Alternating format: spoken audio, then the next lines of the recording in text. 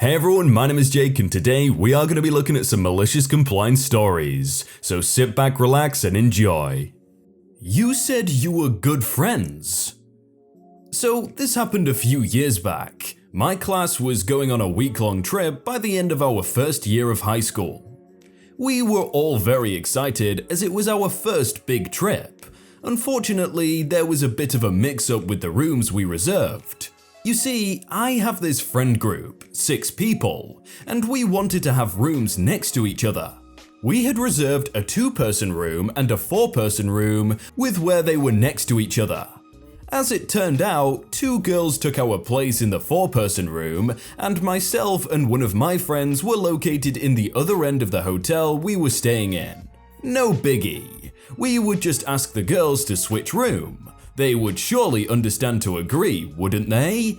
Well, no. I asked one of them about it as politely as I could, but her answer was no. She said, "I am really good friends with X and Y also. She is not, so I won't switch." I tried to convince her for a few more minutes, but she wouldn't change her mind. So I told my friends it's a no-go. Lo and behold, as we finally got to the hotel and room keys were distributed, it turned out that mine and my friend's room was one of the nicest ones we got. It was really big, as far as school trip standards. It had 2 spared rooms for each one of us, and even a fridge. Once again, school trip standards. We quickly unpack so we can go and check out the other rooms. On our way to our friends, we met the 2 girls. They were doing the same thing as we were, so we gladly take them to our great room. They are astonished. Immediately they start asking to change, but we weren't having any of this anymore. I put on the sweetest smile as I possibly could, and with an even sweeter voice, I say, "But you are such good friends with X and Y, so we wouldn't want to ruin that for you." The look on their faces was priceless as my friend shut the door right in front of them. We ended up having a great time after that. Almost all of our free time we spent in that room watching anime and playing board games. And not only me and my friends, almost the whole class was hanging out together. It was a really great end to a really great school year. And if you were wondering, no, the girls haven't had a great time as we had. And no, they didn't like my friends after all. I'm really confused why the girls wanted to stay with like X and Y friends if they weren't friends with them. Why?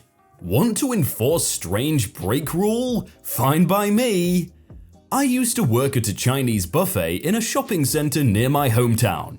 The very first day, I was informed that if you wished to go on a break, you had to do it outside of the restaurant because apparently seeing an employee taking a break can look unprofessional to a customer. We were having a very busy day, and my supervisor/trainer came in just when the majority of customers had already left and most of the work was done. We were both just stood in the kitchen, and the only thing left to clean was literally a couple plates and a small tray of cutlery. Chefs were on food prep to get late night orders ready and just to look busy. We both decided to leave a few pots soaking and go outside for a cigarette. This would have taken about 5 minutes out of our day, but our manager decided that both of us were now on a break and told us to just do that. After 20 minutes of our break, Soups get a call. A couple minutes after we had left, about 50 customers had come in all at once, and the kitchen was getting swamped with orders, and all the sinks and trolleys were full to capacity. No other cleaners were on shift that day.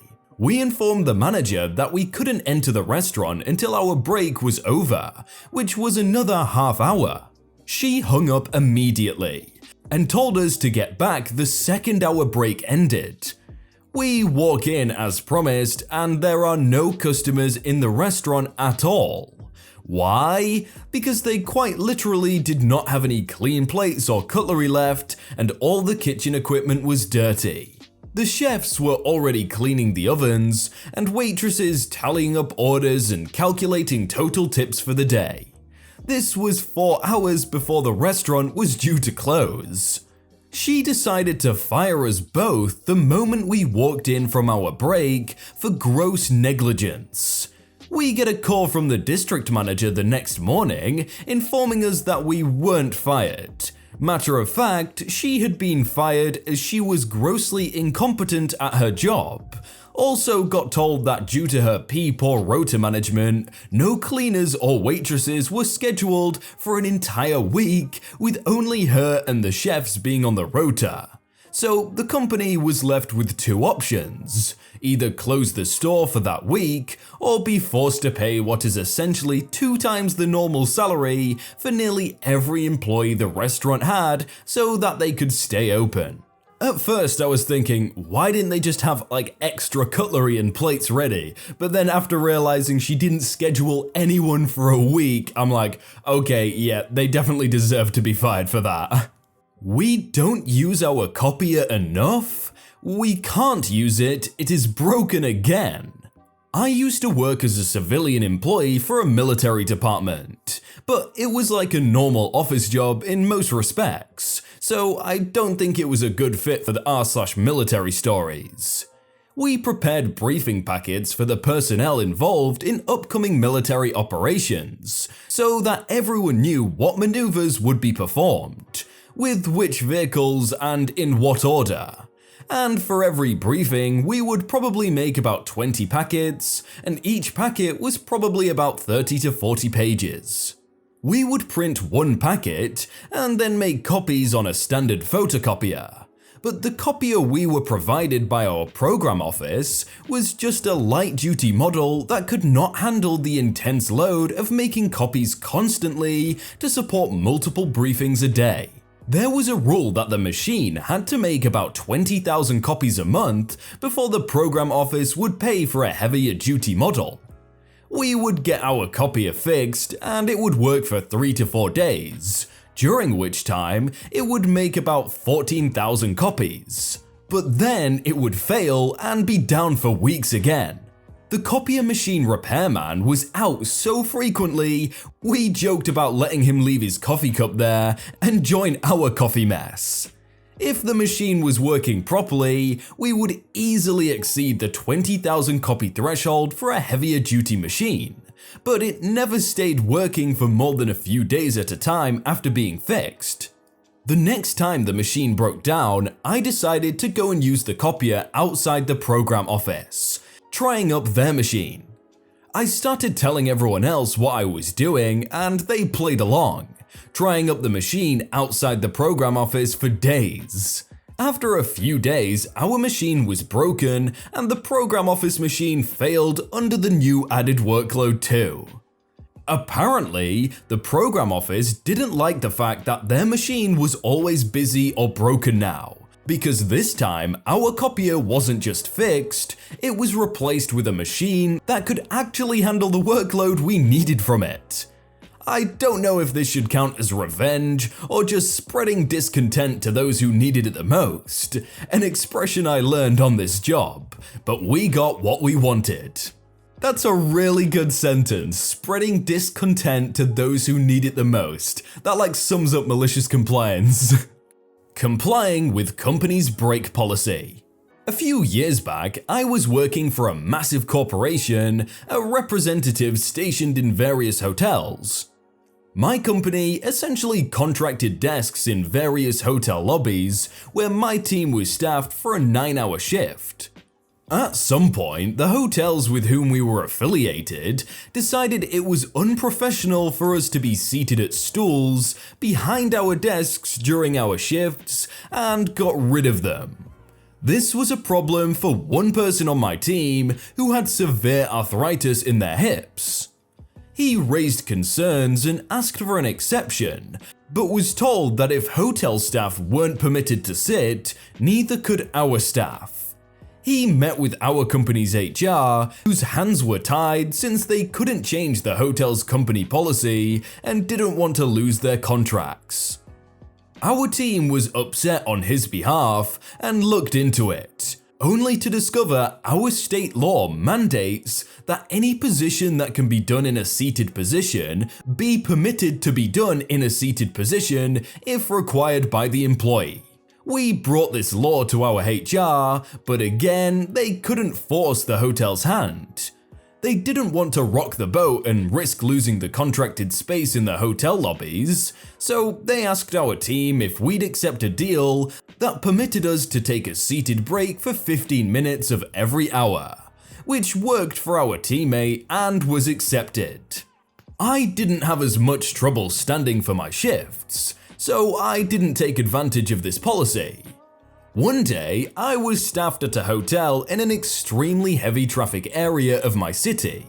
At 4:45, having not taken a break aside from my lunch, and not having had a single guest to talk to in hours, I decided to leave and get a head start on traffic. The hotel complained I had left my shift early, for which my boss issued me a write-up. I reasoned that I hadn't taken a single 15-minute break in months, and the 15 minutes I took was during a time in which there had not been any work for me to do for hours. My boss responded that my shift ended at 5 p.m, and under no circumstances was I permitted to leave before then. It was considered leaving a shift without approval and not a break, since I didn't return to work afterwards. He docked my pay the 15 minutes I had been gone. Very well, I never left work before 5 again, but every single day, you better believe, I took a 15-minute break at 45 minutes past the hour, every hour of every shift. Apparently, my company was more okay paying me for 2 hours of break time every day than for 15 minutes at the end of a single day. That just sounds like a company that's not interested in the employees. They just see the statistics and analytics, and they make decisions purely off that. I reckon if that coworker would have taken that case to like a lawyer, they would have loved it. You can cancel at no cost. Last year, my wife and I got married. My parents and sister live halfway across the world, but that didn't stop them from coming over to celebrate. Since neither my wife and I get to spend much time with them, we decided to rent a house for a couple of days in a nearby wine region. You know, hang out, drink some wine, eat some cheese, and have some quality family time. It had been 3 years since we last saw them. A month or so before my parents and sister came over, I got an email from the owners of the vacation house saying that they had sold the property. But the new owners were going to continue to rent out the house, and they were going to honor the booking, so not to worry, all good. 2 weeks later, I got an email from the new owners saying the booking was still okay, but they were going over their records and said I still owed them $100 for the booking. I replied back with the receipt and booking confirmation that I was all paid up. Turns out the new owners unilaterally decided to increase the price of the accommodation, and I had to pay up. But they were gracious enough to say I could cancel at no cost, but they'd rather we keep the booking and pay that little extra. No cost for canceling the booking, you say? Within 5 minutes, I had found another vacation house in the same region. There's literally dozens of them. I sent a quick email back to please cancel my booking and process the refund. We'd like you to keep the booking. Can we split the difference? No thanks, please cancel the booking. If you keep the booking, we'll throw in a bottle of wine. No thanks, please cancel the booking. Good thing the refund came back with days. Their reviews had been less than stellar on TripAdvisor. I wonder why. With these types of booking, it should be as simple as, oh, you pay this amount at this time, it should stay that way for the entire time. You can't just increase after someone's paid.